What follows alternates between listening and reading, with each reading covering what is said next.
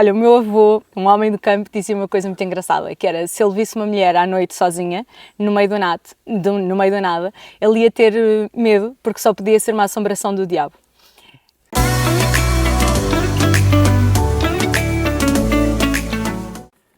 Bem-vindos ao podcast Viagens a Pedal, o podcast de todos os viajantes de bicicleta. Hoje voltamos a Marrocos, mas desta vez seguimos mais para sul.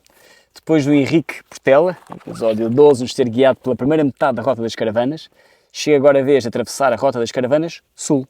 Nossa convidada é a Tita Luís, ciclista, desenhadora de aguarelas e artista de olhar lento.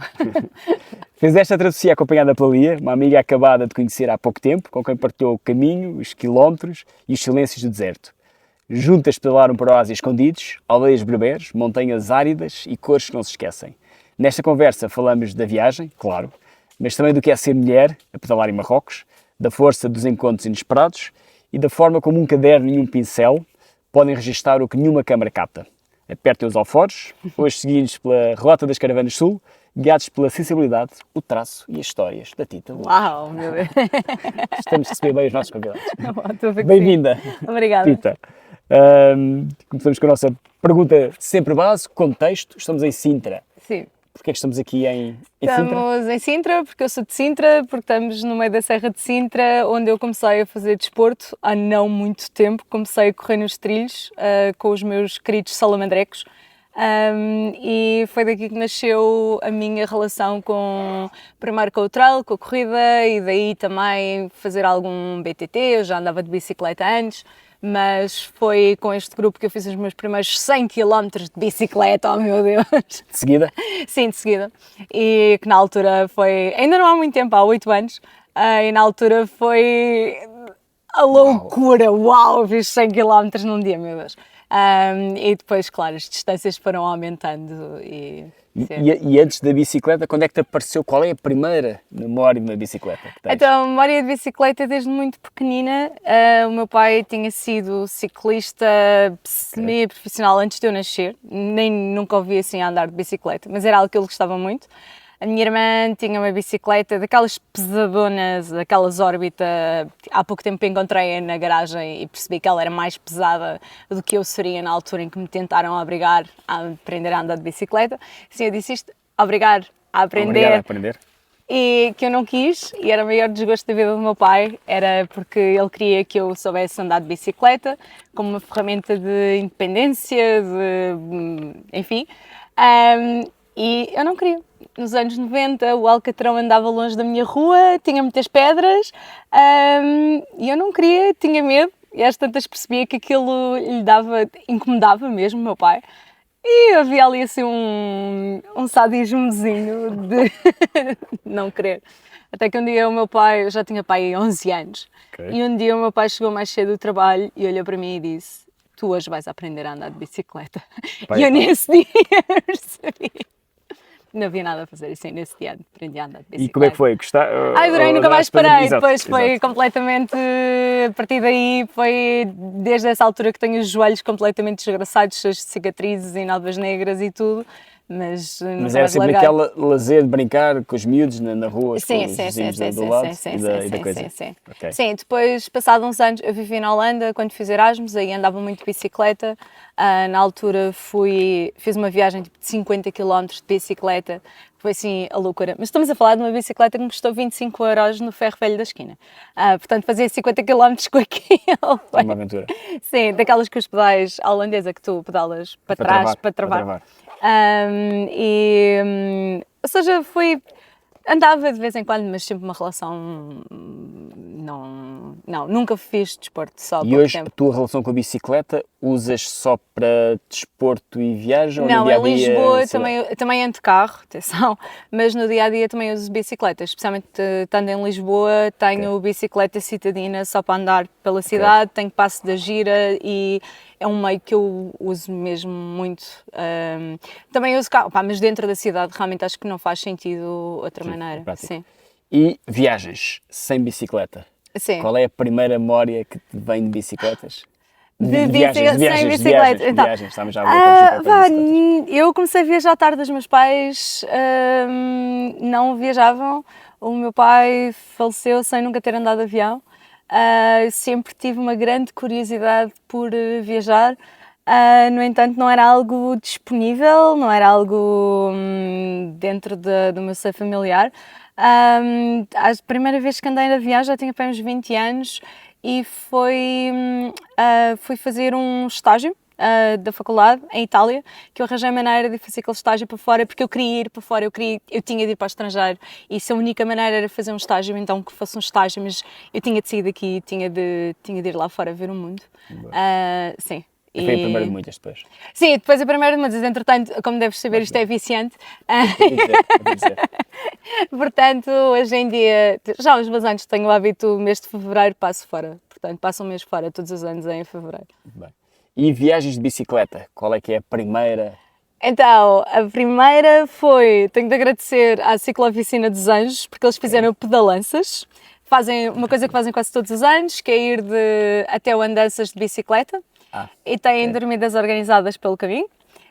Fiz isso há uns anos e até aí eu já tinha visto pessoas a viajar de bicicleta, mas tinha sempre aquela ideia que a viajar de bicicleta é para pessoas que não tomam banho, ou não sei, assim uma visão muito vagabunda do assunto. E nunca tinha, não me perguntes porquê, mas não conhecia isto, já foi há uns anos também. Nunca tinha pensado que podias parar para dormir num hotel e tomar banho, fazer a viagem normal.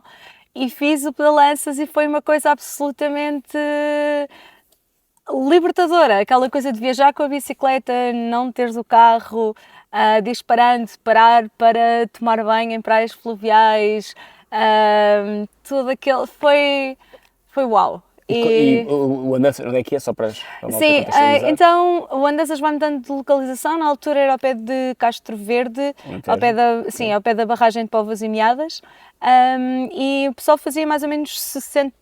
E saíram de Lisboa? Saímos de Lisboa e eram 65 km por dia, dormimos um dia nos bombeiros voluntários, outro dia num edifício camarário, outro dia já no campismo do festival. Eles tinham organizado a logística em que tinham um carro e que levavam depois a tenda para o Andanças de carro. E a ideia deles é que haja menos um carro no festival. E pelo menos para mim foi de repente desbloquear ali e perceber que sim, que tu podes fazer o teu estilo de viagem normal, mas ir com a bicicleta e ser uma viagem dentro da viagem. E essa foi a primeira, realmente foi a primeira de muitas. Depois sim, podes dizer que eu gostei. Deves ter gostado de qualquer coisa. Voltas de Castro Verde e voltas logo a embalar as malas para a próxima... Ele demorou e... olha, sinceramente não me lembro bem da cronologia. Depois fiz mais umas coisas pequenas. Sim. Sim, a grande viagem de bicicleta a seguir que eu fiz foi em 2020, durante a pandemia. Estava sem trabalho, tinha acabado uma relação longa, a minha vida estava naqueles pontos, sabes, mesmo em que está tudo mal e eu não sei porquê. Fez-me sentido na altura ir fazer a Nacional 2 de bicicleta, ou seja, ir de 2020. Ir de Chaves a Faro, no verão. Já se podia viajar, não violei nenhuma lei. Ir de Chaves a Faro. Em que mês? Em agosto, no pico de agosto. Isso quase que tínhamos cruzado. Havia montes de famílias a fazer a Nacional 2 de carro e desenhei também ao longo da viagem e acho que, quer dizer, essa é uma viagem que apesar de relativamente simples tem um carinho especial porque eu senti tanto carinho ao longo da viagem, eu tinha as famílias que me iam acompanhando porque estavam de carro, mas íamos cruzando nos vários sítios.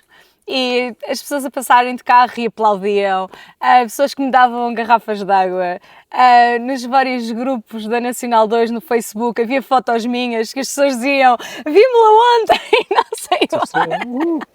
Olha, e tens, desculpa, e nos desenhos não, a Nacional 2 não é uma dessas? Não é nenhuma destas. E depois as outras, quando chegámos à primeira, mostramos aí alguns dos teus. Sim.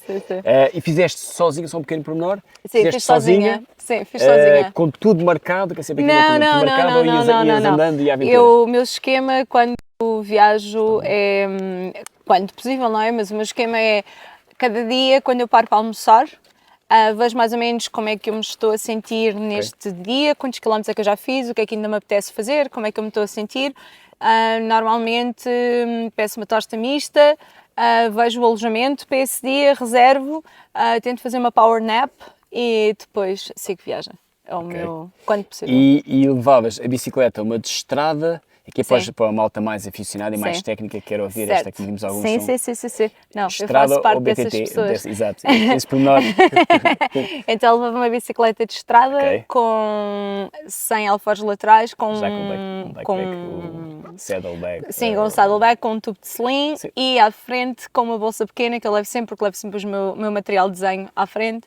Então à frente normalmente tenho o material de desenho, uma toalha, um biquíni e uns chinelos, justamente porque sempre que possível gosto de parar à hora do almoço e uma prainha fluvial, comer tosta mista, molhar as pernas, 5 minutos para recuperar energia. Olha, e começamos seguir. já a fazer perguntas, sendo mulher, Sim. as questões de higiene, de não sei o quê, de como é que é e para ir explicando às nossas potenciais mulheres que temos aqui para ir, tranquilíssimo, é como viajar normal, não é? Sim, é tudo absolutamente como- igual. É assim, no meu sistema de viagem eu fico sempre em alojamento. Ok. Eu não faço campismo por uma questão de peso, porque para fazeres campismo tens de levar a tenda, o saco de cama e tudo mais, é mais peso. Na minha opinião, até mais 3 kg na bicicleta, a bicicleta comporta-se da mesma maneira. Se tu começares a já ter mais 4, 5 kg, a bicicleta já vai reagir de outra maneira, tu a descer nas curvas tens de segurar de outra maneira, a subir é um esforço muito maior e então, na minha opinião, e também, bem, por 1000 motivos. Gosto do esquente, gosto de uma cama, gosto de uma boa refeição num restaurante local, é a minha maneira de viajar. E isto depois é tipo religião, cada pessoa tem, Sim. tem, Não a sua, desculpa. tem a sua maneira. Mas de Sim. resto não há nenhuma recomendação. Não, nada de especial.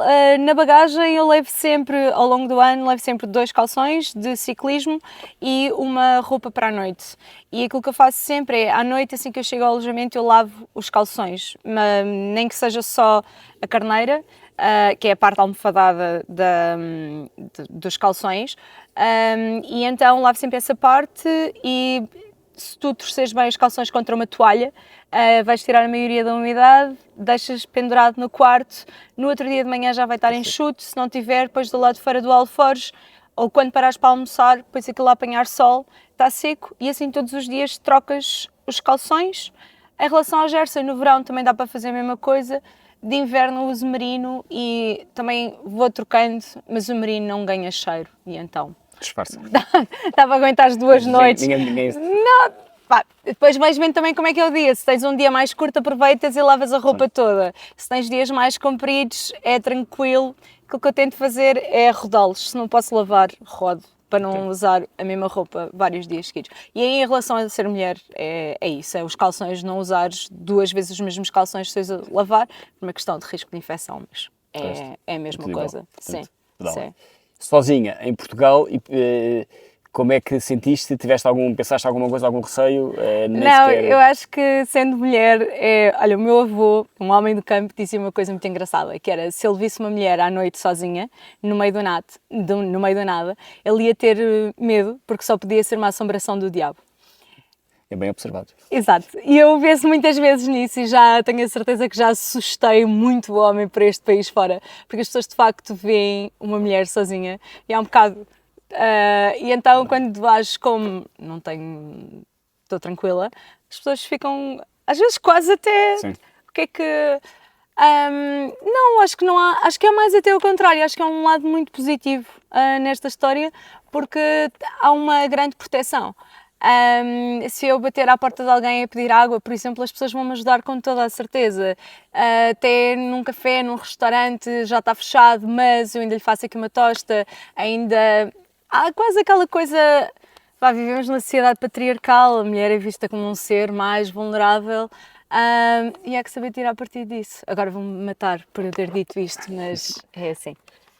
Infelizmente é assim, atenção, por mim vivemos numa sociedade igualitária, mas não é. Já temos aqui outras coisas a partilhar que os vários viajantes têm passado e algumas, temos a Tânia que também diz o mesmo, que por ser mulher acaba por ser muito mais fixe. Sim. Porque acabas por ser muito mais paparicada. Sim, é isso, é isso. É isso, há colinho por toda a parte. Eu nessa viagem da Nacional 2, a minha autoestima estava na miséria antes de eu ter saído de casa e ao longo da viagem toda a gente, uau! E senti tanto apoio, tanto carinho por toda a parte. Estava na meta, tinhas a meta na rotunda final? Sim, eu depois houve uma amiga que me foi esperar ao longo do caminho. Na última noite eu fiquei em casa de outra, não era amiga, passou a ser amiga. E essa minha outra amiga foi-me buscar lá ao fundo e a quantidade... Ao longo dos dias as pessoas começaram a seguir através dos desenhos e tudo mais, e a apoiar, e a mandar mensagens, e a fazer perguntas, e a ligar, e de repente eu, uau! E então quando as pessoas perguntam, não tens medo? Mas, espera, medo de quê? Não há nada... Acho que... Olha, eu faço uma piada muitas vezes, que é, especialmente em Portugal, eu digo que em Portugal a maioria das mulheres são mortas em casa e às mãos do parceiro ou ex-parceiro. Portanto, sendo mulher, se eu estiver longe de casa e longe de um parceiro, estou mais segura do que se eu ficar em casa.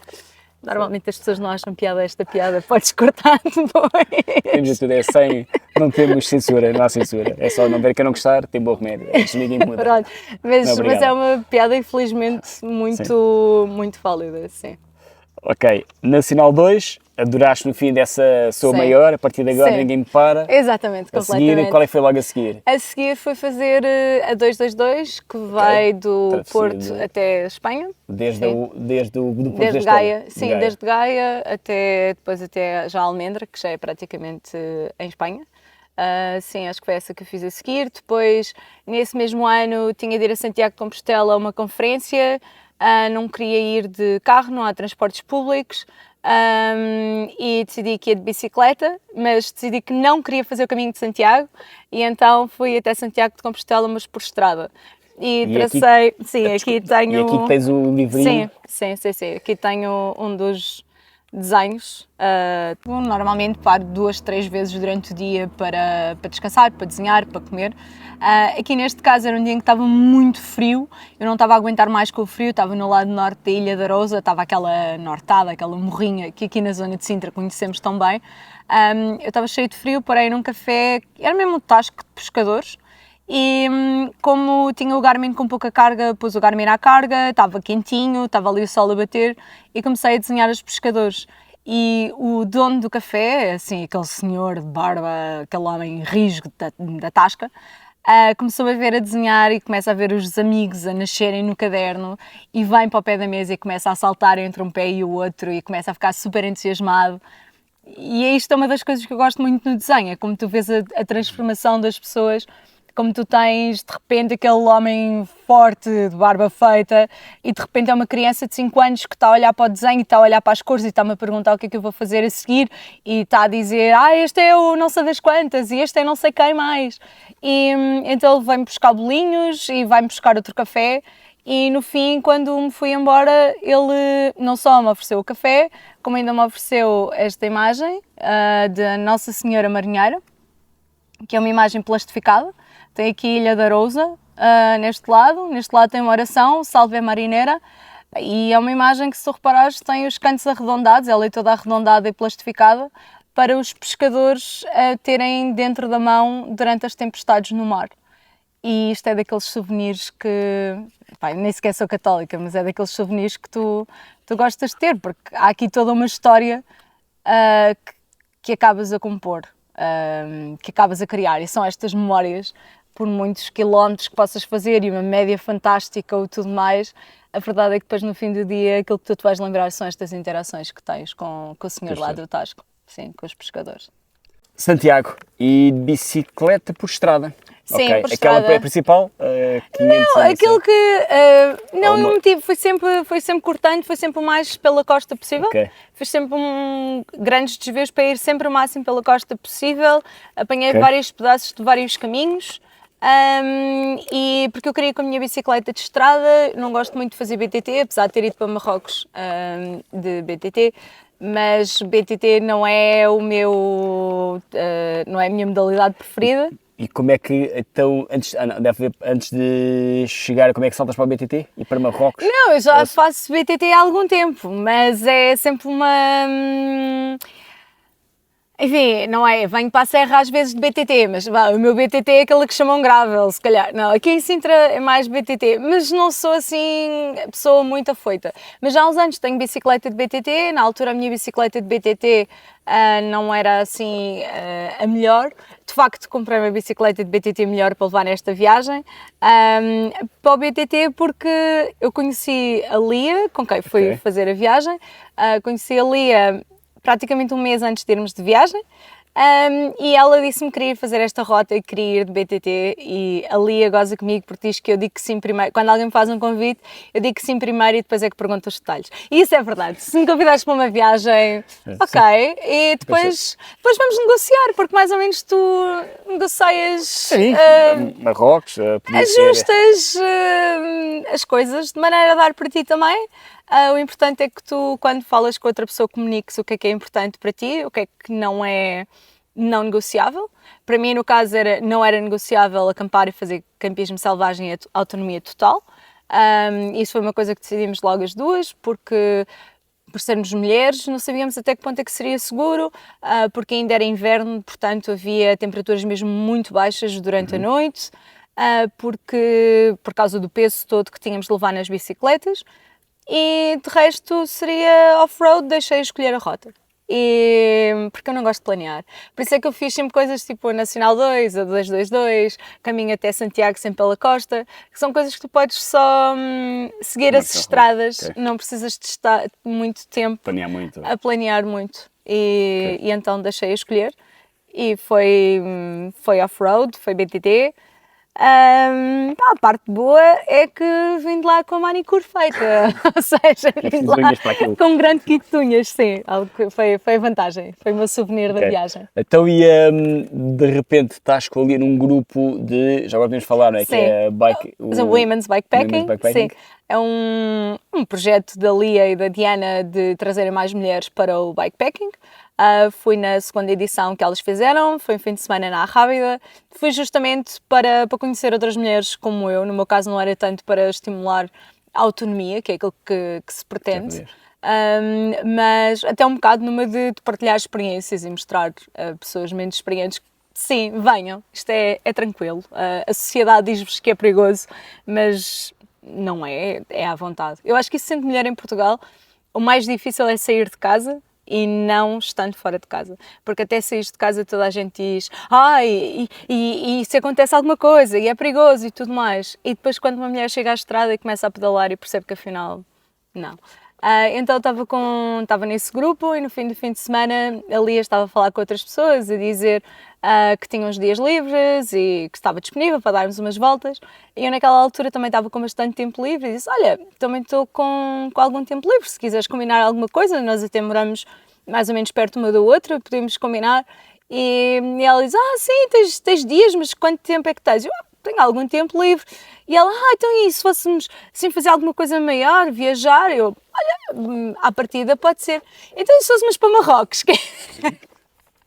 A minha reação foi, obviamente, bora, porque não? Quando? Exato, quando? E começámos as duas tínhamos a noção que nós não nos conhecíamos, tínhamos estado naquele fim de semana, mas com outras mulheres, não tínhamos, não nos conhecíamos, não é? E então depois disso começámos combinámos 1 ou 2 jantares, assim quase um date, sabes? A conhecermos uma à outra para ver se havia ali uma compatibilidade, se nós poderíamos viajar juntas ou não.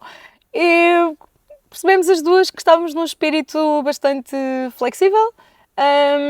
Acho que as duas percebemos que sim, que poderíamos encaixar e sim, encaixaram-se e conseguiram sim. Então saem daqui e marcam com quanto tempo de antecedência é que isso foi? Nós marcámos os voos para ir com 1 semana ou 2 de antecedência, atenção. Começámos a ver as coisas assim, a planear, sim, 2, 3 semanas marcámos os voos de antecedência, não íamos com tudo marcado de maneira nenhuma, mesmo porque nós estávamos a fazer uma rota do bikepacking.com, que são sempre rotas em zonas muito isoladas, sempre zonas muito... há vários critérios para as rotas estarem elencadas no bikepacking.com, e uma delas é que, sei lá, só podes ter X% de superfície alcatroada, não pode ser ciclovia nem nada, são zonas muito isoladas, e de facto esse isolamento é mais aconselhado para quem faz autonomia total e não tanto para quem vai planear pernoitar em alojamentos. Nós nestas zonas de Marrocos, em algumas delas, estávamos de facto em zonas muito isoladas, estávamos em zonas, logo na primeira noite nós não tínhamos onde dormir, havia um sítio mencionado no mapa e não havia como nós conseguíssemos, é porque esse sítio não existia, não era alojamento nenhum, a aldeia não tinha nada e... É a vida a acontecer. É a vida a acontecer, sim. Sim. É procurar a mercearia mais próxima a comprar alimentos para tentar, pelo menos, ter o jantar, se fosse preciso, e confiar um bocadinho na sorte para conseguires encontrar onde dormir, sim. Mas tinham... Ou seja, mas tinha um plano B, levavas um plano B de tenda então, ou de bivac? Nós não tínhamos tenda, mas tínhamos bivy, sim, tínhamos bivy e saco-cama. Okay. Já agora o saco-cama é algo que eu aconselho muito a quem vai para zonas menos turísticas de Marrocos, visto que eles não acreditam em lençóis, e há muito o sistema de dormir em cima de tapetes, ou dormir só em cima da cama com cobertores, não percebi muito bem a lógica, e tínhamos bivys, sim. Embora tínhamos tudo planeado para não os usar, mas tínhamos esse plano B. Nós também andámos antes a estudar a rota para vermos mais ou menos onde é que seriam os sítios onde nós poderíamos parar, ou seja, daqui a 50 km há uma cidade, se não ficarmos nessa, temos outra cidade daqui a 20 km. Tínhamos essas várias opções mais ou menos estudadas. E a rota passava por essas cidades? Sim, nós andámos a ver dentro da rota onde é que a rota passava por cidades ou aldeias, onde é que havia pontos de água, onde é que havia fontes, e tínhamos isso mais ou menos assinalado.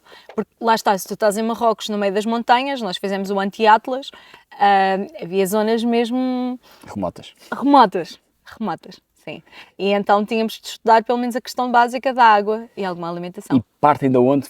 Então, nós vamos para Agadir, okay, e depois apanhámos transporte para Tiznit, só porque seriam 100 e tal quilómetros de autoestrada sem graça nenhuma, não fazia sentido perder um dia a pedalar, porque era uma zona sem interesse. Então saímos de Tiznit e aí entramos na rota, metemos logo pelas montanhas e aí fomos nós. Sim. E começou logo o contacto com o BTT? Sim, eu já sabia disso, não é? Aliás, os conselhos todos no bikepacking.com dizem que tens de levar uma bicicleta de BTT, pneus no mínimo 2,25, até aconselham mais, e eu consegui ver ao longo do dia e ao longo dos dias o curso da minha suspensão de 10 cm a ser todo usado e a sentir mesmo... Havia alturas que eu ia conseguir ir montada, mas também havia alturas que eu percebi que tinha de desmontar, porque a descer e montada as pedras saltavam tanto e batiam tanto no quadro que eu tinha medo de levar com uma pedrada no desviador e ficar logo ali agarrada. Levavas alguma peças? Não, levávamos... Sim, levávamos algum equipamento subselente, além das câmaras de ar, da cera, o microfibras para ir limpando a corrente e ir voltando a pôr mais cera, pastilhas extra de travão, um dropout também, sim. Todas essas coisas, só que tu sabes que há sempre espaço para acontecerem coisas, e sabes que... E tiveram de usar alguma coisa? Houve alguma... Não, agora estou a falar. É alguma tudo? Não, nunca tivemos problema nenhum. Não, há uma regra a nível da mecânica de bicicletas, que é uma bicicleta bem mantida, com uma manutenção feita, é a questão mais importante. O pessoal às vezes preocupa-se muito em levar muitas peças sobressalentes e saber fazer muita coisa, mas se a bicicleta for bem mantida no início da viagem, a probabilidade de haver incidentes é muito mais pequena. Nós antes de ir fizemos um curso de mecânica de viagem na oficina 35, e o Gennaro na altura disse-nos uma coisa muito interessante, que era: a adrenalina no teu corpo é o maior dano que tu podes causar à tua bicicleta. Okay. No sentido, e eu criei nesta viagem um mantra que é: se tiveste uma avaria mecânica, veste um casaco e come qualquer coisa. Um bom conselho. E depois é que vais ver o que é que vais fazer, porque se tu quiseres resolver à pressa, se tu estiveres com fome, se tiveres um pico de adrenalina ou uma quebra de açúcar, tu vais tomar uma má decisão, vais fazer uma coisa errada. E tivemos 1 ou 2 momentos com coisas parecidas. Por exemplo, o meu pneu com tubeless destalonou no avião, eu larguei líquido selante ainda há marcas do meu selante no aeroporto Agadir, de certeza. E no início aquela pressa do eu tenho de arranjar isto, temos de sair daqui a pedalar, e a tentar encher, e quanto mais enchia mais líquido selava, e de repente, não, vou pegar na bicicleta ao colo, vou caminhar 1 km até à bomba de gasolina, vou dar pressão com força do compressor. Sim, é ok pedir a alguém para me segurar a bolsa que eu não consigo, respirar fundo, com calma, está tudo bem. E aqui também entra um bocado a dinâmica a dois, porque a Lia também estava nesse espírito e tivemos sempre... Tens um problema? Ok. Porque no fundo também se tu estás a viajar e tão longe de tudo, se a outra pessoa tem um problema, tu tens um problema. E é bom que se resolva a dois e com calma, porque é assim que vais tomar a melhor decisão. É justo. E setup? Sim. O que é que levavas de setup? Então, aqui de setup levava à frente uma bolsa no guiador, levava uma bolsa no quadro também. Na bolsa do quadro só tinha o bivy e as ferramentas extra e alimentação. Tínhamos barras, mais ou menos 2 barras por dia, um recuperador para cada dia, mas isso é paranoia minha. E tinha também um saco de selim atrás e no corpo tinha um colete de corrida, mas tinha um colete com hidratação e tinha também o meu passaporte, a carteira e o telemóvel e o caderno e as aguarelas, não é? Portanto, É a coisa importante. a coisa importante, sim. Ou seja, as coisas mais importantes tinha comigo na mochila. E acabava por ser aí que depois também colocava alguma da comida que comprávamos todas as manhãs. Sim, avançando. Sim. Então, como é que era a dinâmica das aguarelas que implicava ter que parar? Como é que vocês duas equilibravam essa... Era tranquilo. É assim, eu também consigo gerir, eu também quero avançar, também quero colaborar. Se eu vejo que um dia está a ser muito puxado, que nós temos mesmo de chegar a determinado destino para termos alojamento e vejo que o percurso está a ser técnico e não conseguimos despachar quilómetros, claro que também não quero desenhar, mas se até está a ser um dia tranquilo e temos de parar para comer, normalmente eu desenho quando paro para comer. Okay. Ou quando paramos para pôr protetor ou qualquer coisa assim, mas é mais isso, quando paramos para comer, eu escolho sempre um sítio onde paramos para comer, tem de ser um sítio com uma vista bonita, que é para eu desenhar. E então se estamos a pedalar, é mais ou menos hora de almoço, aí olha este mirador tão bonito, então ok, paramos aqui para almoçar e enquanto como faço uma aguarela. Eu pinto super depressa, portanto em 5 minutos, sim, quer dizer, também gosto de pintar com tempo, se puder, mas às vezes, se for num sítio muito giro, em 5, 10 minutos consigo fazer uma aguarela ou um desenho a lápis e consigo lembrar aquele sítio também. E tem muito a ver com isso também, obrigar-te a parar e a estar naquele sítio, observares o sítio, ouvires o sítio e absorveres. E vais-te lembrar mais do que só parares, tirares uma fotografia e seguires. Então, como tens essa bela memória fotográfica, descreve-nos lá por palavras como é que paisagens é que tu viste por... Em Marrocos? Eu acho que em Marrocos vi aridez. Em Portugal nós às vezes dizemos, especialmente aos miúdos, tipo, estás a ver se isso te cai do céu? Olha que do céu só cai água. Isso é um privilégio daqui, porque lá do céu não cai água. E então tu sentes aquela aridez toda, mas aqueles tons vermelhos, aquelas cores, aqueles ocres, aquelas variações, aqueles rosas, o contraste contra o céu azul, que é um contraste perfeito a nível de pantones. E depois também vês como há vida em toda a parte. Aqui temos um padrão para onde é que há vida ou não, e ali é diferente. E também como o deserto pode ser tantas cores diferentes, há tantas cores diferentes de deserto. E como tu tens deserto que vai dos amarelos, que nós pensamos do Saara, mas também tens os castanhos avermelhados e os verdes escuros, e como também tens verdes claros, e como tens a entrada do Saara, houve uma altura em que era deserto e tinhas o amarelo da areia, mas também tinhas rochas quase pretas e tinhas um verde muito clarinho, que parecia as algas da praia de Magoito, amanhã de maré vazia. E isto parece uma coisa absolutamente... Vão dizer que eu apanhei sol a mais, mas era fisicamente ou era o cheiro também? Era o cheiro também, de uma erva que crescia lá, que dava umas abobrinhas, e esse cheiro dessa erva cheirava aquelas algas, aquelas manhãs quando a maré está muito vazia, tu tens aquelas algas verdes muito clarinhas, pá, e de facto mais à frente havia uma zona com muitos fósseis, portanto há milhões de anos esteve ali o mar, não sei como é que é possível ainda haver esse cheiro. E acho que é isso que tu precisas de quando vais de bicicleta e depois então quando paras um bocadinho para desenhar, tu precisas disso para te obrigar a sentir os cheiros, a perceber mesmo como aquela paisagem está ali, para as cores te entrarem, para ir teres tempo de ir buscar as memórias de infância. E criar isso. No caso desta viagem com a Lia, como ela faz fotografia, também mais ou menos escolhíamos e quando eu parava para desenhar, ela tirava fotografias e mais ou menos encaixávamos assim. Sim.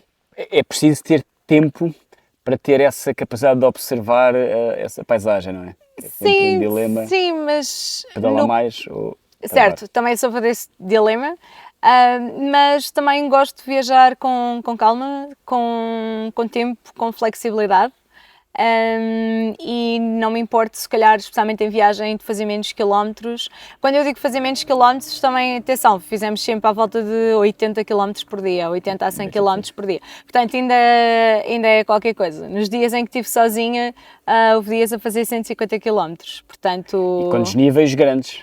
Quantos níveis grandes, sim. Imagino, porque... sim. Havia zonas que nós, especialmente na parte original do percurso, havia pendentes de 20%. Exato, pendentes de 20% com bicicletas carregadas com 5 kg, porque nós, apesar de tudo, tínhamos bastante, como havia uma amplitude térmica muito grande, como tínhamos de levar os bifes, tínhamos de levar comida, tínhamos de levar água extra, pendentes de 20% em gravilha e terra, pedra solta, sim, foi hike a bike. Hike a bike. Sim. Muito tempo? Ou seja, muito tempo de... Isso nós tivemos alguns no início da viagem. Nesta viagem, como nós não estávamos em autonomia e como estávamos em zonas tão isoladas, nós algumas noites começámos a ter o problema para dormir e também onde comer, porque em zonas muito isoladas não há turismo, não há restaurantes. Em zonas mais pobres as pessoas não vão comer ao restaurante, portanto não há restaurante, não havia onde comermos. As mercearias têm bolachinhas e salgadinhos, mas ao fim de um dia inteiro a pedalar, nós também tínhamos barras, mas às tantas tu tens fome de comida. Houve uma aldeia onde nós parámos, que havia um alojamentozinho muito giro, e tipo Berber, um alojamento que ele era no meio do nada. É um alojamento que já lá existia há mais de 20 anos. Nós estamos a falar a cidade mais próxima, até ali, por terra batida, eram 50 km. E aquele alojamento já lá existia há 20 e tal anos. No meio do nada. Sim, no meio do nada. Tu sentes que és a primeira ocidental, claro. Não, já lá está, lamento. Esse navio já zarpou. Sim. Mas então nós chegámos a esse sítio e serviram-nos uma tagine de galinha. Pá, um pinto aviário na Europa nasce com mais carne agarrada ao osso do que aquela galinha. E serviram-nos uma perna e uma coxa, para as duas, com montes de legumes, mas mesmo assim nós olhámos para aquilo e olhámos uma para a outra, tipo, eu quero comer isto! E esperar pela segunda parte. E chegar pela segunda parte.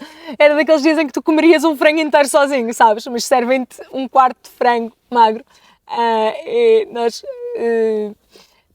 enfim, nós comemos isso, não é? Com o pãozinho todo ali bem, a ver se conseguimos encher, ainda sobrou um pãozinho para darmos para o outro dia. E nesse sítio não havia mesmo onde comer num restaurante.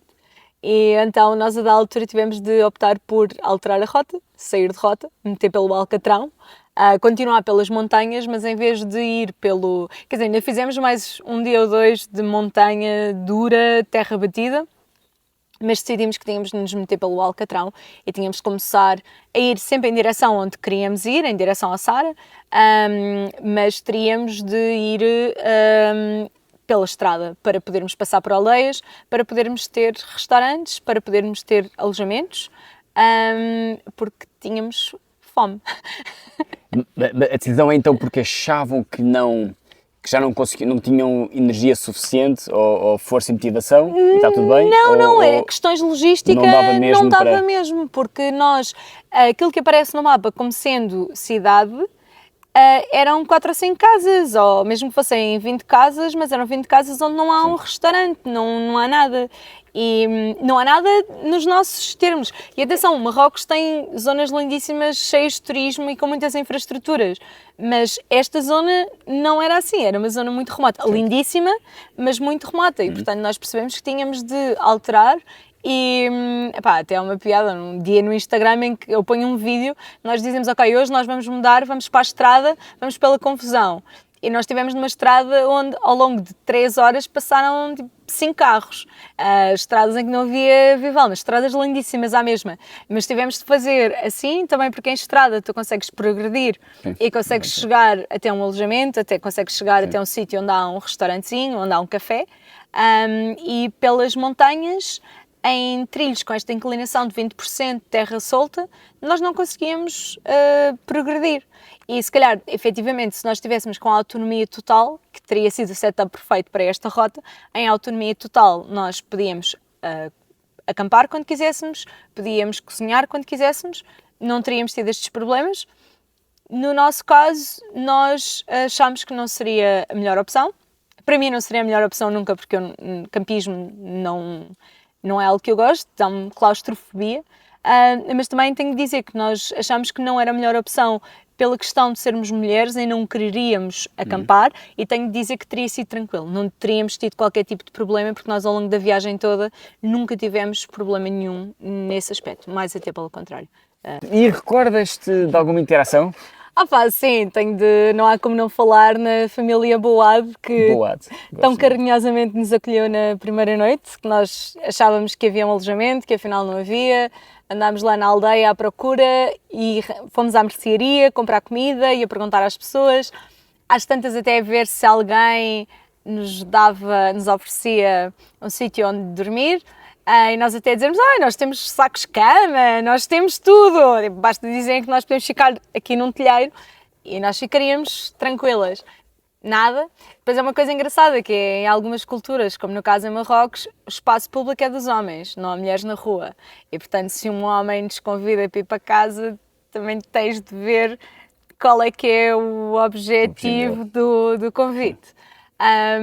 Mas na aldeia ninguém nos deu a mínima abébia, ligaram sim a um hotel mais ou menos perto, a 20 km, a avisar o homem que nós estávamos ali. Resultado, quando nós ligámos para ele pediu-nos o dobro do preço normal do quarto, porque percebeu que nós estávamos vulneráveis.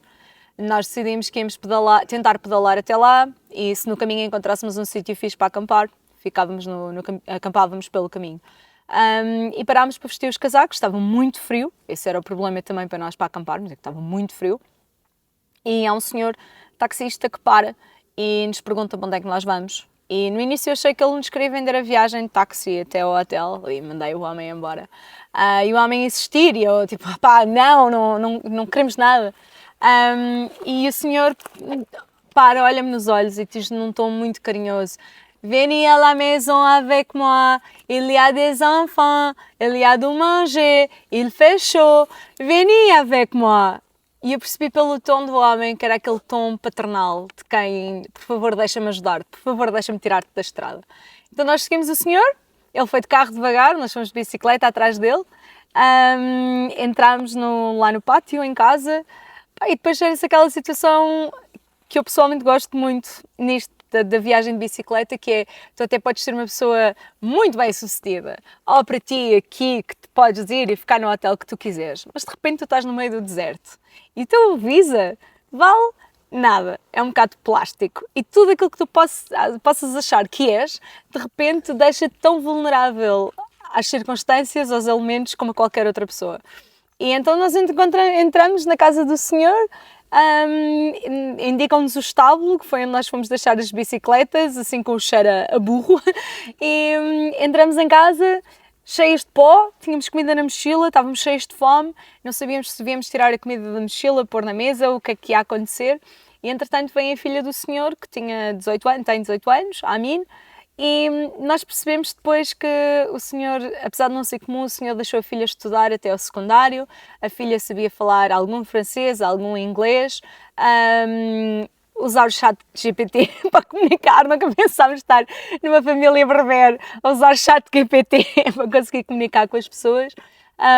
E foi muito engraçado perceber que o Senhor nos convidou para a nossa proteção e ao mesmo tempo para levar um brinquedo para a filha. O Senhor levou duas raparigas para a filha conversar e comunicar. A filha mostrou-nos, contou-nos coisas da escola, das amigas, sítios bonitos, contas que ela seguia no Instagram, de paisagens espetaculares das montanhas, e ao fim de tudo isso contou-nos que se vai casar agora em junho. Casamento arranjado, sim. E foi engraçado, fizemos mais perguntas sobre o assunto e foi engraçado perceber como ela primeiro nos falou desses estudos, depois falou-nos das contas de Instagram que segue das montanhas, onde nunca foi, onde só irá se o futuro marido a quiser levar, e só depois é que nos falou do casamento. E é engraçado como a Amin continua lá nas montanhas e, no entanto, nós passámos o resto da viagem a falar nela todos os dias e aqui estou eu a falar da Amin. Depois, no dia seguinte, de manhã, ela levou-nos até ao terraço da casa. Ela tem uns binóculos grandes que alguém ofereceu ao pai e ela costuma estar no terraço a ver as montanhas pelos seus binóculos. Que não pode lá ir, não é? E não pode lá ir, a não ser que o pai, mas o pai está ocupado, é taxista, sai todos os dias de casa às 6 da manhã para ir a Gadir arranjar trabalho. Ou então esperemos que o futuro marido seja um tipo porreiro e a leve lá. Sim. E não vos convidaram não ficaram convidadas para Sim, ficámos convidadas para o casamento. Para voltar, um pretexto para voltar. É um pretexto para voltar, eu já pensei muito no assunto, acho que não sou capaz, eu gostava, mas não sou capaz de ir por aquilo que significa, se calhar, não sei, acho que ao mesmo tempo é uma coisa muito intensa e não sei, mas sim, mas ficámos convidadas para o casamento, inclusive ela mostrou-nos o fato de noivado berber e ela queria muito que nós experimentássemos o fato de noivado berber e ficou muito triste porque nenhuma de nós quis experimentar o fato de noivado berber. Não está interessado. E nós estamos cheias de pó, temos tanto pó, vamos sujar o vestido, não pode ser. Dá para perceber. Sim, vemos as fotografias, foi engraçado, sim. Ou seja, há a mim e essa família e houve mais alguma desses encontros de só pessoas que vão passando e que ficou também na memória? Sim, sei lá, muitos, sei lá, uma história também já contei algumas vezes, de um carro que se aproxima de nós, aproxima, quando nós estávamos paradas, uma de nós já está a sacar do multitool e a outra vai ter com o senhor assim, já que foi, e o homem sorrindo-nos e estende-nos 3 tangerinas, muito feliz. Encontramos um senhor noutra cidade que tinha sido motorista de táxi em Brooklyn, muitos anos. Eu tenho sotaque americano quando falo inglês e o senhor a ouvir o meu sotaque, um sorriso, uma felicidade. O homem estava histérico, o homem queria muito que nós ficássemos naquela cidade mais um dia para nos mostrar umas montanhas e para nós dormirmos lá em casa. Quando eu fiquei sozinha, fiquei num alojamento onde o senhor estava absolutamente encantado por eu estar a viajar sozinha e de bicicleta, e cozinhou-me um frango com molho de rosas e amêndoas. E depois o senhor ficou, claro, queria conversa, que eu às tantas estava a pensar, eu acho que isto é um date, mas tendo em conta este frango que o senhor me cozinhou, ele não tem dentes na boca, mas é o melhor date da minha vida. A estar a rir das minhas. Tranquilo, a sério. Uma sopa de lentilhas fenomenal e um frango com molho de rosas. Não, agora. A sério, acho que sim, ficou. Não sei tantos. O dono de um alojamento também fomos seguido, que é mesmo às portas do deserto. Tive uma conversa super interessante com o homem sobre o papel da mulher. Claro que, é uma conversa super interessante, não porque tu vais mudar a tua opinião, mas é interessante quando alguém te apresenta o seu ponto de vista e tu percebes a lógica toda, e a senhora esteve-me a explicar como a questão das mulheres completamente tapadas, que é extremismo religioso, que para eles também isso não os representa. E como na cultura árabe a mulher deve estar, sim, maioritariamente coberta, mas por elegância e proteção, que é como uma garrafa de água, que se estiver destapada podem cair lá moscas e assim a mulher está protegida. Estava a falar de liberdade, que é uma palavra doce, eu acho que toda a gente gosta muito de falar em liberdade. Estava a falar da liberdade que existe também para a mulher, para sair e para aproveitar o seu dia. Embora a liberdade da mulher seja uma liberdade a tomar conta das crianças e dentro de casa. Mas, no entanto, foi interessante ouvi-lo. E foi interessante também como, nesse caso, esse senhor, ele falava muito mal francês para tudo, mas de repente, quando me começa a falar do papel da mulher na cultura árabe, o francês dele era absolutamente corrido, limpo. La femme, c'est comme un vase, il faut pas le cacher, papapapapá. Eu tipo, uau, de repente a tua voz melhorou. Mas foi muito... Essa conversa, por acaso, acabou por ser mesmo muito interessante. Não que eu vá alterar a minha... Mas é muito interessante quando tu consegues perceber, apesar, mesmo tu não concordas, mas tu consegues perceber também que há elementos que tu desconheces e que podes concordar com algumas partes dali, consegues perceber alguma lógica naquele discurso. Entre vocês, a vossa relação, tu e a Lia, que é sempre aqui um tema, as mulheres são umas cabras, umas para as outras, toda a gente são horríveis. Sim. Não, eu e a Lia continuamos amigas, a Lia não vive em Portugal neste momento, mas não, estava aqui ao meu lado, Lia. Está em espírito. Sim, mas demos-nos super bem, apesar de nos conhecermos muito pouco. Logo no primeiro dia, quando nós ficámos em casa dessa família, quando nós fomos para o nosso quarto, não nos tínhamos lavado, estávamos as duas cheias de pó, lavámos assim, lavadela a gato, e quando chegámos ao quarto, uma fez uma piada qualquer e as duas nos partimos a rir, de chorar a rir, daquelas piadas que só têm piada no momento. Percebi logo que nós de facto nos íamos dar bem, e foi o caso. E foi uma questão de comunicar o que é que hoje não me estou a sentir bem. Hoje estou, sei lá, ir comunicando o que é que, olha, não gostei muito desta cidade, se não te importares podemos seguir. Olha, eu preciso agora de me parar e de beber qualquer coisa fresca. E portanto foi muito de comunicar o que é que íamos sentindo. As duas também estávamos numa lógica de eu estou a adorar esta viagem, queria muito fazer esta viagem, se tu não estivesse aqui comigo, eu não estava aqui a fazer isto. Portanto, eu se calhar até queria ficar aqui nesta cidade mais uma hora, mas tu queres seguir? Portanto, ok, vamos. E tivemos sempre uma postura muito de nos ajudarmos, ser aquilo que cada uma de nós tinha era das duas. Nós, inclusive, naquele dia mais duro, que nós não apanhámos mercearia nenhuma, não nada, nós, além das barras, aquilo que tínhamos para comer era um pão duro e uma lata de atum que a Lia trouxe de casa por piada. E quando alguém divide contigo uma lata de atum... Tu sabes que aquela pessoa é tua amiga, percebes? Dali, para mim, a minha lógica dali para a frente, vai para o que quer que fosse que... Ok, tudo bem, esta pessoa dividiu uma lata de atum comigo, sabes? Nós ensopámos o pão no óleo, no azeite do atum, para tornar aquele pãozinho um bocadinho mais sim, comestível. Pelo menos conseguimos mastigar. E houve muito eu acho que essa história das mulheres serem umas cabras umas para as outras é uma coisa que a sociedade nos quer impingir, e acho que o ciclismo prova isso, porque no ciclismo, como ainda infelizmente é um mundo mais de homens, as mulheres, em todos os grupos onde eu estive, quando entra uma mulher, as outras olham e nós sorrimos umas para as outras e há imediatamente uma certa afinidade, uma certa amizade, um certo... empatia. Uma empatia, ali um sinal claro de se tu precisares de mim eu estou aqui. E então acho que isso sinto mais isso daquela colaboração imediata. E sinto muito isso, tanto é que, sei lá, tanto antes de ir como durante, depois, muitas mulheres a virem fazer perguntas ou elogiarem ou fazerem perguntas também em relação a viagens que vão fazer e a opinião, setup, conselhos. E eu falei sobre esta viagem na Oficina 35 e o meu grande objetivo, quer quando falei desta viagem lá, quero estar aqui a conversar contigo, é justamente dizer: mulheres, venham fazer bikepacking, venham viajar de bicicleta, mandem mensagem se quiserem.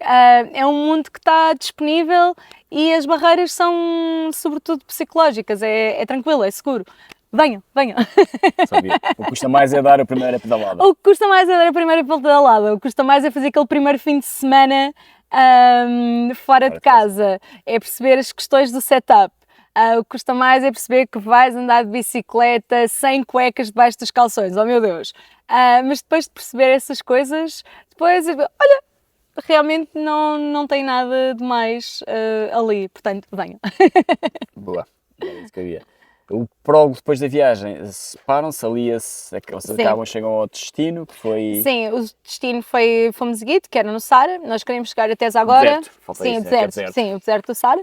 Nós queríamos chegar até agora, mas percebemos que o caminho não era de todo transitável e, portanto, fomos até ao lago de Iriqui, que é um lago que às vezes é lago, às vezes não é lago, às vezes é só o Saara. Aí foi o fim da nossa viagem juntas de bicicleta. Depois fomos de transporte até Ouarzazate.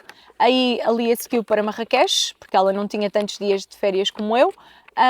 E em Ouarzazate eu arranquei e segui sozinha em direção à Garganta do Dades, pelo Vale das Rosas, e segui por aí nessa direção, porque sabia que estando sozinha não me queria meter em trilhos muito técnicos, por uma questão de segurança, e também queria ter a certeza que não ia ter problemas a nível da logística, de alojamentos, de restaurantes, e saber que aquela zona é muito bonita, mas já é turística, e portanto tinha muita opção de escolha. Ok. E essa parte foi mais nostálgica, já de fim de viagem? Ai, foi super nostálgica, tipo, quero a minha amiga, É engraçado porque eu viajo muito sozinha, estou muito habituada a viajar sozinha, mas ali vim de uma dinâmica a viajar com outra pessoa em que tinha corrido bem, e então depois tinha mais tempo a desenhar, podia fazer desenhos mais lentos, mas ao mesmo tempo já estava naquela dinâmica de fim de viagem e já estava, sim, já era diferente, ali uma mudança, e até foi estranho para mim porque lá está, estou tão habituada a viajar sozinha que não estava à espera de sentir falta de uma companheira de viagem, sim, sim. Mas foi muito giro também, foi... mas aí, lá está, é um problema quando tu viajas, já me aconteceu noutros destinos, quando tu viajas sozinho e não tens muitos pontos em comum com a comunidade local, é mais difícil tu meteres uma conversa que vá além de onde é que és, para onde é que vais, o que é que estás aqui a fazer. E se não encontras muitas pessoas que são parecidas contigo, com quem tu tenhas conversa, ou até que o francês ou o inglês daquelas pessoas não seja suficiente para manter uma conversa longa, tu acabas a passar muito tempo sozinho. E se estás a sentir sozinho, vais-te agarrar mais ao telefone e isso retira-te do destino. E então já foi assim, mais uma parte mais nostálgica da viagem. Da viagem, sim. balanço. Olha, o que é que, agora pegando aqui em temas mais genéricos, o que é que tem mudado em ti desde que começaste se é que mudou alguma coisa? Ou o que é que tens aprendido com estas viagens de bicicleta a solo? Sei lá, a nível de mudar, eu já era minimalista na bagagem que levava quando viajava e estou cada vez mais minimalista a viajar, sim. Sei lá, coleciono cada vez mais amostras e miniaturas para levar de viagem, que é uma dica prática para levares os teus confortos e a levares pouco peso. Não sei, não vou dizer que alguma coisa tenha necessariamente mudado, mas sinto cada vez mais que em todo o mundo as pessoas são todas absolutamente iguais. Há uma mãezinha que quer que tu comas, como era o caso da mãe da Amine, que só me dizia uma coisa que era arretá, e que nós não percebíamos o que era, mas que era come. E a senhora estava a insistir para eu ir para ali a comermos e para nós comermos a carne. Era uma tagine onde não tinha muita carne, mas claro, a senhora, obviamente, estava-nos a dar a carne disponível na tagine, porque onde tu recebes hóspedes, tu queres que os teus hóspedes comam o melhor possível. Há um pai preocupado com a segurança, há crianças que querem brincar com as aguarelas, há uma jovem adulta que fala de amor e de vestidos.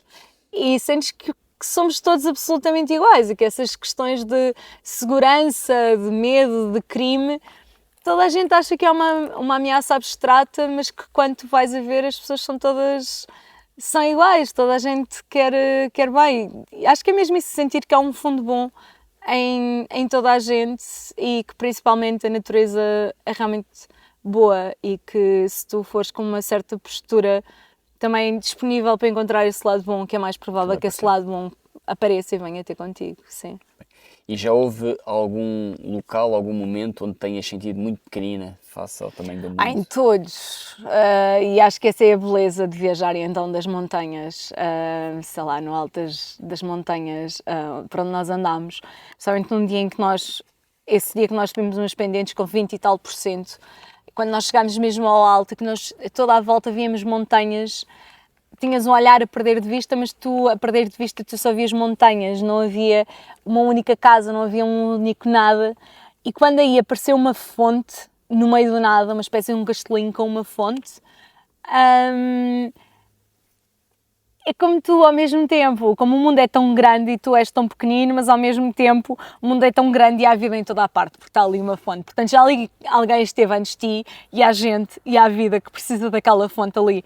Portanto, ao mesmo tempo que tu és tão pequenino, e se calhar queres sentir que és tão especial, estás num sítio tão único. Sim, o sítio é único, mas já lá teve muita gente antes de ti, há de estar muita gente depois de ti. Portanto, tu és pequenino e não és assim tão único nem tão especial. Vou dizer que não. Lamento ser eu a trazer esta notícia, sim. O que é que tu levas sempre numa viagem de bicicleta? A minha caixa de aguarelas. A minha caixa de aguarelas e um caderno. Sempre. Sim. Um caderno, uma caixa de aguarelas, um pincel de água, vai sempre comigo. Porque se eu não parar, pelo menos enquanto como, quer dizer, não quer dizer que eu às vezes não faça treinos em que não paro, mas lá se eu for fazer um treino em que não paro, sei que vou estar um treino com o nariz colado no Garmin, a ver a média e tudo mais, e não vou ver, ou vou colada na pessoa da roda da frente e não vou estar a ver, não é uma viagem. Portanto, em viagem sim, porque as aguarelas são no fundo uma rasteira que eu prego à comunidade local, porque quando eu abro o caderno e quando eu abro a caixa de aguarelas, eu sei que tenho as pessoas a virem ver o que é que eu estou a fazer, sei que tenho as pessoas a quererem saber mais sobre mim, tenho as pessoas a conversarem comigo, a darem-me dicas sobre o sítio e vou criar ali uma relação. Além de que, aqui na questão de ser mulher, se eu sou uma mulher sozinha num restaurante, eu sei que vou ter um certo tipo de olhares em relação a mim. Se eu for uma mulher sozinha num restaurante que está a desenhar o restaurante, ou está a desenhar a paisagem, está a desenhar aquilo que rodeia a esplanada, eu sei que as pessoas vão olhar para mim de outra maneira, sei que vou ter crianças à minha volta, sei que é mais provável que outra mulher também venha, sei que mesmo os mesmos homens vão olhar mais numa perspectiva diferente e, de certa maneira, isso também é uma espécie de um escudo que eu crio para me proteger. É uma excelente ideia, uma excelente estratégia. Será que funciona com mais outro? Para quem não tem jeito nenhum. O jeito não existe, isso é como se tu me disseres que não tens jeito para andar de bicicleta. Eu vou-te dizer que quer que tu faças 5 km ou quer que tu faças 100 km ou 200 km num dia, é igual, porque desde que tu vais, certo?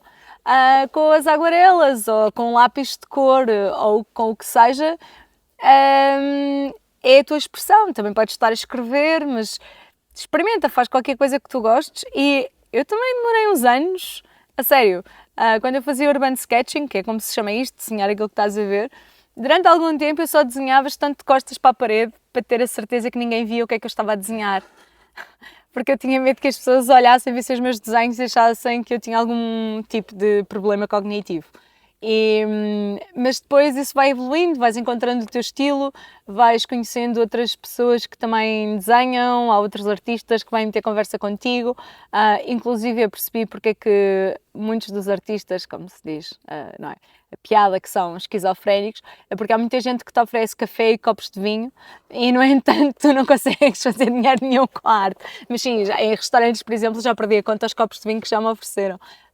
O dono do café que vem encher outra vez o copo de vinho, ou que me oferece o cafezinho, ou traz a fatia de bolo, isso já aconteceu algumas vezes. Ou a pessoa que vem meter conversa e vai fazer uma recomendação num restaurante, ou não sei, sinto ali um quebra-gelo.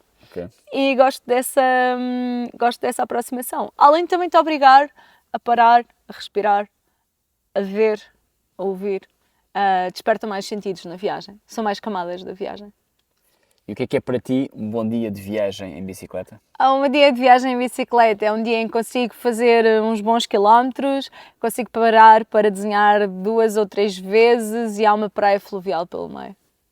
Sim. Gosto da praia fluvial. Exato, eu também, por acaso. E se tivesses que regressar a um único dia que já viveste numa viagem de bicicleta, para que dia que voltavas? Ui! Opa, vai ser o sítio, se calhar, dos menos glamourosos onde já estive, mas foi numa viagem de bicicleta, justamente no Pedalanças, que eu, no terceiro dia, eu aprendi a andar de bicicleta sem as duas mãos. E a sensação de liberdade, quando eu tiro as duas mãos do guiador e faço isto e sinto a bicicleta a seguir, a rolar, foi como se eu levitasse e é uma coisa que eu gosto muito de fazer, de andar de bicicleta sem mãos, quando estou assim em sítios bonitos, mesmo por essa sensação de liberdade. Isto para quem aprendeu a andar de bicicleta em pequenino, aprende-se logo a fazer estas coisas. Como eu só aprendi já grande, não aprendi isso na altura, já só aprendi a andar sem mãos já com, não sei, 30. Portanto, é engraçado como vou dizer esse sítio e devia dizer qualquer coisa fantástica em Marrocos ou junto à praia, mas não, acho que é mesmo esse momento em que tiro as mãos e... E qual é que é a próxima viagem? Não sei, mas eu nunca faço planeamento nenhum, portanto... Daqui a 3 semanas vais para qualquer lado. Exatamente, daqui nunca saberás, nunca saberemos, nem eu sei, não sei. Tu há bocado perguntaste-me em relação ali à nossa amizade, nós falamos de fazer uma viagem para o ano. As duas já mencionámos o nome Quirguistão, assim, mas há aí muita questão logística a ver. Eu não devia estar a dizer isto porque isto ainda não é oficial, portanto... Eu tenho umas dicas que posso dar sobre o Ok, Quirguistão. boa. Mas não sei, com toda a certeza vou fazer alguma coisa antes. Tenho uma amiga, tenho duas amigas a viver na Suíça, quase certeza que vou até lá e quero levar a bicicleta. Eu vim do País Basco há 2 semanas, estive a fazer um Women's Cycling Camp, uma coisa também de bikepacking, estivemos a fazer a altimetria do Everest em 3 dias. Lindíssimo, País Basco, aconselho muito a quem não conhece para viajar de bicicleta, muito, muito civilizado e paisagens espetaculares. Mas esta viagem para o País Basco também a marquei com uma semana de antecedência, portanto nunca se espere que eu marque coisas com muita antecedência ou planeie ou pense nelas com muita antecedência, porque não é a minha maneira Muito bem. de existir. Sim. Muito obrigado, Tita, Obrigada eu. pela partilha, foi Não, era essa. espetacular, gostei Obrigada. imenso. Leiam a sinopse do episódio com todas as informações, portanto tu tens tracks Instagram. Os tracks que eu tenho do Strava não são Strava. bem a rota e o meu Strava é mais No privado, tira lá. Sim, bikepacking.com, bikepacking.com tem lá a rota só das caravanas. todas as informações, Sim, portanto, sim, temos sim, lá, sim, no sim, Instagram sim. também dá para te seguir. Sim, as minhas aguarelas, sim. As suas aguarelas também, se Sim. não falámos muito delas, queres falar mais alguma coisa das aguarelas? Não, nada demais, no fundo acho que já te disse aquilo a que gente tinha tinha a dizer, falado. que é, sim. Muito bem, se gostarem, partilhem com os vossos amigos, subscrevam o canal, façam os vossos comentários em qualquer uma das plataformas de podcast ou no YouTube. Se não gostarem, partilhem com os vossos inimigos. Até o próximo episódio, boas experiências. Lia, Tchau. bye bye, tchauzão, foi um gosto. Obrigada. Tcharam!